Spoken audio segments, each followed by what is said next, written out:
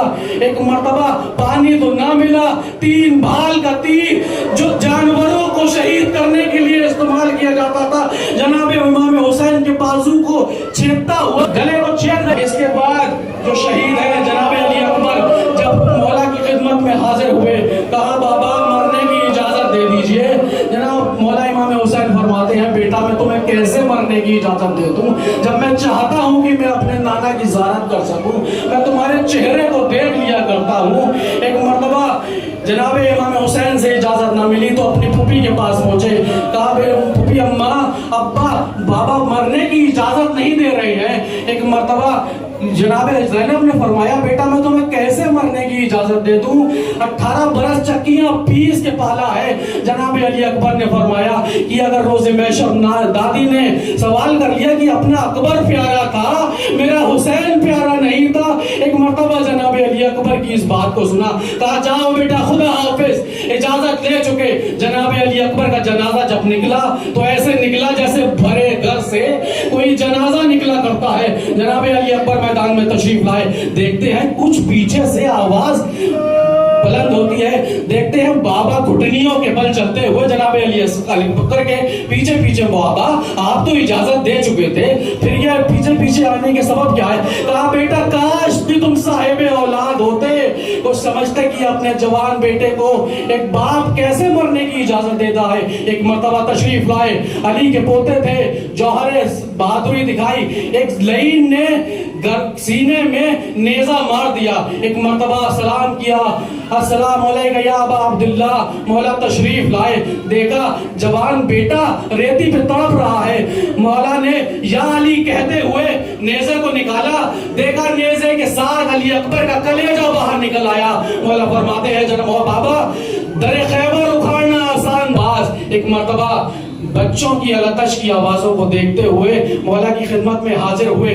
کہا بابا، کہا بھیا اجازت دے دیجئے کہ میں پانی کی سبیل کر سکوں. جناب عباس کو اجازت نہیں ملی لیکن صرف پانی کی سبیل کی اجازت ملی. ایک مرتبہ میدان میں آئے، نہر القمہ پہ قبضہ کیا، چلو میں پانی کو اٹھایا لیکن پھینک دیا. سکینہ کا چہرہ نظر آیا، بھتیجی سے بہت محبت کرتے تھے. ایک مرتبہ جب واپس آئے، بھاگی ہوئی فوجیں پلٹ آئی. ایک لعین نے ایک لعین نے بازو پہ ایک ایسا تیر مارا، ایک شانہ قلم ہوا. اس کے بعد ایک تیر آیا جس نے مشک جو تھے چھید دیا. مشک سے پانی کا بہنا تھا، مولا عباس کی سانسیں بھی اس مشک کے ساتھ نکل گئی. ایک مرتبہ مولا حسین تشریف لائے، فرمایا کہ جب سے پیدا ہوئے ہو مجھے بھائی نہیں کہا ہے. ایک مرتبہ بھائی نے بھائی کو بھائی کہا اور مولا عباس کی روح پرواز ہو گئی. آئیے حضرت اس کے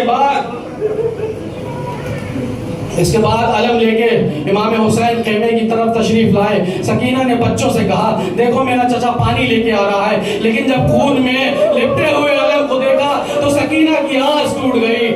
آئے وہ علمدار جو لشکر کا بھرم تھا، جو سیدانیوں کے پردے کا بھروسہ تھا، وہ اب نہیں ہے. آیا ہے تو خون میں ڈوبا ہوا علم آیا ہے. جب امام جناب عباس بھی شہید ہو گئے تو اب مولا نے آواز دی کہ عباس مر گئے، علی اکبر جدا ہوا. آئے رب کسی حسین، فرمایا عباس مر گئے، علی اکبر جدا ہوا. ہم سے کسی نے یہ بھی نہ پوچھا کہ کیا ہوا. ایک مرتبہ نواسۂ رسول کا تابوت آپ کی نظروں کے سامنے آنے والا ہے. عزیزان محترم، نواسۂ رسول کے تابوت کی زیارت کیجئے گا. حسین جب کے چلے بعد دوپہر رنگ کو، کیفیت کو شاعر نے ان الفاظ میں بیان کیا ہے کہ حسین